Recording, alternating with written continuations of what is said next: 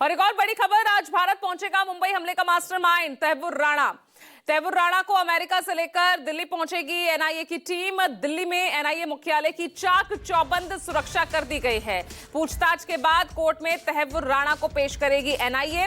पेशी के चलते पटियाला हाउस कोर्ट के भी सुरक्षा और कड़ी कर दी गई है। तो किसी भी वक्त तैमूर राणा भारत पहुंच सकता है और ऐसे में यहां पर भी जो तैयारियां हैं, जो सुरक्षा है, वो बेहद कड़ी कर दी गई है, चाक चौबंद कर दी गई है। पेशी के चलते पटियाला हाउस कोर्ट की भी जो सुरक्षा है वो और वहां पर कड़ी कर दी गई है। तो तैमूर राणा मामले में आपको यह भी बता दें कि पब्लिक प्रोसिक्यूटर भी नियुक्त कर दिया गया है। यानी मामले की सुनवाई के लिए जो पब्लिक प्रोसिक्यूटर नियुक्त किया गया है केंद्र की तरफ से, नरेंद्र मान, उन्हें पब्लिक प्रोसिक्यूटर नियुक्त किया है।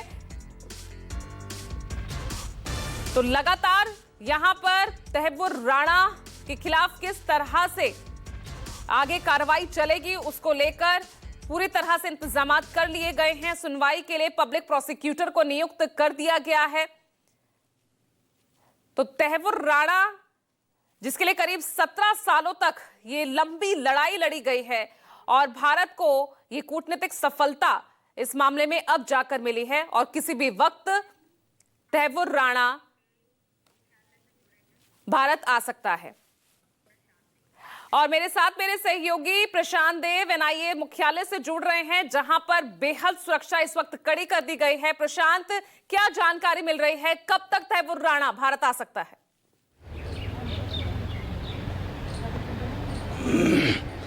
देखिए, जो जानकारी मिली उसके मुताबिक 6 बजे के आसपास तैमूर राणा को मतलब यहाँ पे वो पहुँचेगा। जैसी जानकारी मिली है कि मतलब देर शाम भी हो सकती है, क्योंकि लंबी दूरी है और एक दो जगह उसको रुकना भी है, जहाज़ को फ्यूल भी लेना है। फिर जो रूट तय हुआ उसके हिसाब से करीब 30 घंटे का पूरा सफ़र होगा, तो उस हिसाब से समय थोड़ा सा लगना है। पहले ये था कि शाम 4 बजे तक आएंगे, लेकिन अभी जो है जो जानकारी मिली कि 6 बजे के बाद तो वो पहुँचेगा। और जैसा कि मैंने बताया कि एनआईए मुख्यालय उसको पहले लाया जाएगा, फिर यहाँ से उसको आगे की कार्रवाई यानी कि जो अदालत की कार्रवाई है उसमें उसको पेश करने की तैयारी की जाएगी। यानी कि उसको यहाँ पे लाते ही एनआईए वो अपनी कस्टडी में लेकर उससे पूछताछ करना चाहेगी और उसके लिए पूरी फॉर्मेलिटीज़ भी पूरी हो गई हैं। एनआईए का दल जो लेके आ रहा है, उसके अलावा एक विशेष जांच दल भी बनाया गया है जो उससे पूछताछ करेगी। दरअसल में तैमूर राणा से यहाँ पे जो पूछताछ, दो इसमें बड़ी बात है। एक तो ये कि भारत को एक बड़ा डिप्लोमेटिक सफलता मिली है कि वो अमेरिका से भारत लाया जा रहा है, जो मुंबई हमले का मुख्य साजिश करता है, उसको साजिश का आरोप है। जैसा कि डेविड कोलमैन हेडली ने अपने खुलासे में इसका नाम लिया था, उसके बाद ये सारे प्रोसेस शुरू हुए। एक तो ये, दूसरा ये कि जब वो भारत आएगा उससे जो पूछताछ होगी तो एजेंसियों के पास जो डॉक्यूमेंट्स हैं, जो दस्तावेज हैं, जो सबूत हैं आतंकी संगठनों के खिलाफ, उसमें इसका किस तरीके से रोल था, इसको इस्टेब्लिश करने में बहुत बड़ी मदद मिलेगी।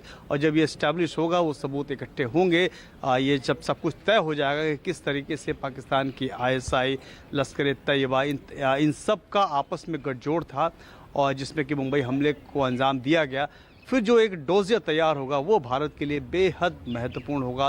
किसी भी अंतर्राष्ट्रीय मंच पर भारत जो है इसको बता सकेगा कि किस तरीके से एक खतरनाक साजिश मुंबई आतंकी हमले के रूप में भारत के खिलाफ की गई थी। तो तैमूर राणा बहुत बड़ा कैच है, जो सफलता मिली है उसको यहाँ पे ला करके पूछताछ करने की करीब, हालांकि साल बहुत लग गए, लेकिन लगातार एजेंसियां कोशिश में थीं और वो कोशिश अब सफल हुई है और वहाँ की अदालत ठीक है। तो भारत पूरी तरह से तैयार है आगे की कार्रवाई के लिए, बस इंतजार तैमूर राणा का। और जिस तरह से मेरे सहयोगी बता रहे हैं, शाम 6 बजे या उसके कुछ देर बाद जो है जिस जेट में लेकर आया जा रहा है तैमूर राणा को, वो भारत में लैंड करेगा। बहुत बहुत शुक्रिया प्रशांत इस तमाम जानकारी के लिए।